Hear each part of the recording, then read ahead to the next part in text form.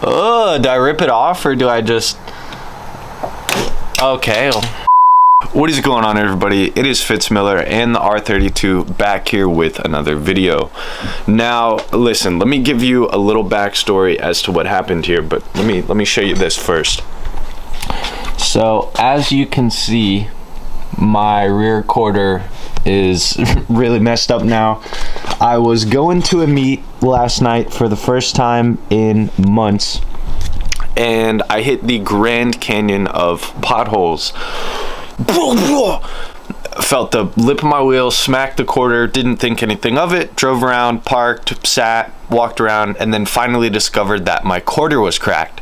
So I just messaged Midori Parts Shop, Anthony, to run the VIN on this car to see if we can get any prior information more than I've had previously. I want to see if I've gotten screwed over by HP Imports 3 years ago, if this is just like an actual way to fix it, or if this was damaged, if it was crazy rust or anything like that. So the VIN plate on Japanese cars and on Skylines specifically are up here in the front. Mine is going to be this R32 number. Japanese vehicle identification numbers have just 11 digits, which make it a little weird for insurance, but it can still be done. He said, sadly, it didn't hit the auction, so I'm assuming it was a dealership that had it. That part checks out, and did repairs. So I don't know if the dealership did the repairs, if HP Imports did the repairs and the respray, or if it was done previously before importing. I'm going to show you guys a little tip here. You probably already know this, but this is how to find Bondo. You take a little magnet and you're going to take it around your car. Let me show you guys this. So since it cracked right here above my wheel, we're going to check all the way back to the trunk and all the way out to the door, just because if people do fix a lot of rust, if there is, or a lot of body damage, they like to even it out with all the Bondo. So let's see where this sticks. No Bondo. No Bondo. No Bondo. Bondo. Bondo. No Bondo.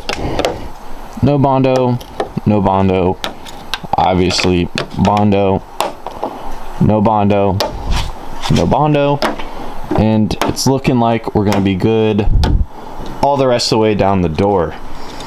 This right here is our problem spot. I'm still waiting to hear back some more information from Anthony if he's got any more. We are gonna go ahead and check the other side to see if this side has rusted out or was in an accident as well. No Bondo, no Bondo, no Bondo, no Bondo. Nope, no Bondo. No Bondo. So this side checks out. So Anthony said that's a normal rust area.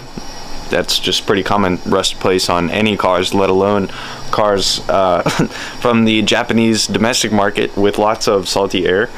But they can get crinkles and shit out of the spare tire area or the inner rear quarters. So that's what we're getting ready to check right now to see if there's any crazy rust or crinkling or anything else going on back here. I gotta take out these 4 little screws and then we will have access to this. I think this is my Hikis pump, I think. All right, time to show you guys behind this little panel. This is my Hikis pump, and hopefully you guys can see behind the Hikis pump, it looks like there's some sort of a patch. Like you can see the edge of it right there, but it also just kind of feels like sound deadening. So I think we're good. I don't think anything too crazy is going on back here. So Ant said, as far as he could tell, it looks like a simple rust repair. Thank God. Like that's kind of what I was leaning towards, obviously, because that's what I'm hoping it happens. But it sounds like that checks out, and that's what actually did happen. It's a very common place for cars to rust, but still very disappointing that it was fixed with Bondo instead of possibly metal. But once again, very glad this happened before my paint and new kit, not after. That would have been a nightmare and a half. But what do you guys think? Oh, do I rip it off or do I just... Okay, well, guess it's coming off then. Okay, most of it is repaired with metal. We can see that now. Oh, it's turn into a 240 really fast, man. Really fast. I don't know about you guys, but this is gonna drive me crazy. This will do it.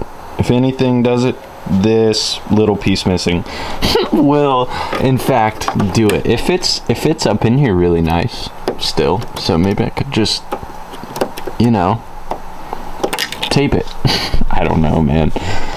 So as bad as this looks, like I said, I think it just goes down to here, and this was definitely the thickest part of it for sure. I can feel it separating a little bit right here at this corner piece, but it kind of comes back together back here. So I don't know what we're gonna do about it for right now. We definitely need to find some way to repair it so that metal does not rust. All right, I have come to the conclusion, one, that it's gonna rain, so we gotta pull the car back inside to repair it.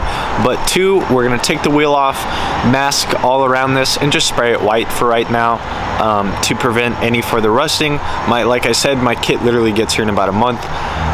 That's all we can do for right now. I think Kazan is gonna come up like next weekend, maybe get a little bit more serious of a repair going on, and possibly just start the rest of the body work on the car. So let's get this thing in the garage, get it in the air, and try to fix this as best we can.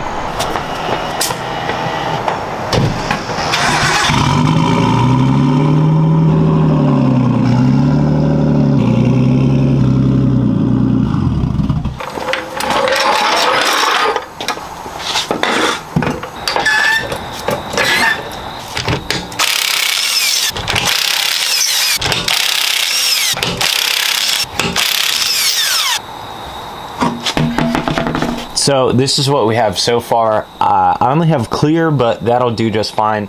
I need to find something to go around the top of this tape and something over my rotor as well.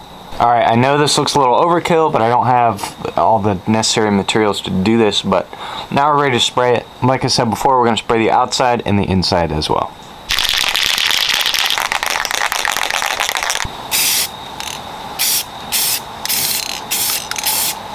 I'm being fully honest with you guys. I thought this was clear.